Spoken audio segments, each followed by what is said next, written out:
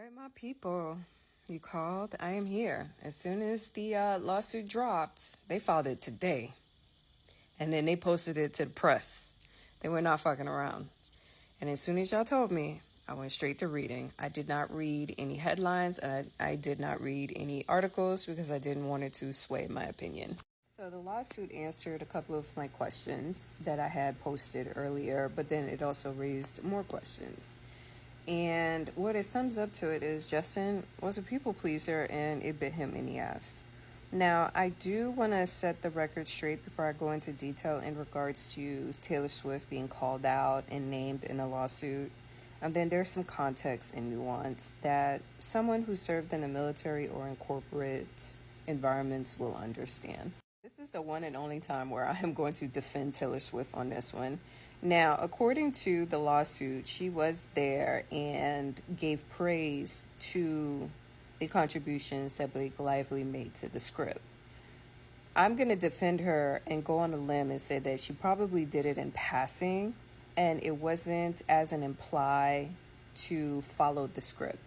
And this is why I say there's some context and nuance. When I was in the Army, sometimes generals and colonels, like who are in command positions, they'll say something in passing and then people will spaz the hell out and tell me, the colonel said we have to do this, the colonel have to say we got to do that. And I have been a witness to it where the colonel will say something in passing, not give a directive, not give an order, just said, hey, you know what, this would be really nice. And the staff would just go out in left field and say, nope, he passed a directive, you have to do it. Oftentimes when it's done, a lot of commanders will be like, hey, I'm just thinking out loud. This is not a order. This is not a directive. I'm just thinking out loud. And so having experienced that in the military before, to Taylor Swift's defense, she probably was giving a compliment about the body of work, not necessarily applying pressure.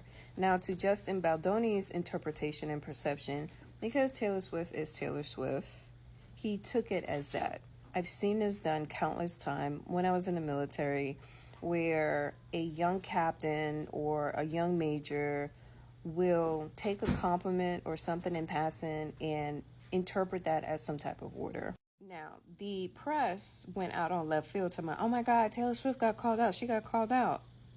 Technically, she didn't.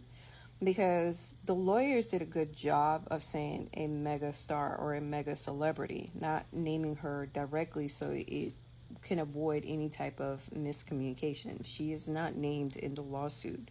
Where her name is actually appearing in the lawsuit is the screenshot between the text message of Justin Baldoni and Blake Lively. Now, if I was Taylor Swift, I'll be feeling some type of way like, why you got me dragged in this bullshit? Because people don't read. So I'm going to show you where the misinterpretation came from. Even in the text message between Blake Lively and Justin Baldoni, it doesn't even express any type of discomfort or disapproval in regards to whatever edits and changes that she made to the script. So my thing is, if you had a problem with it, how come you didn't frame it in a way where you express concerns? But I can see how Justin Baldoni could not necessarily express concerns because Taylor Swift is Taylor Swift, and you know how her fan base is.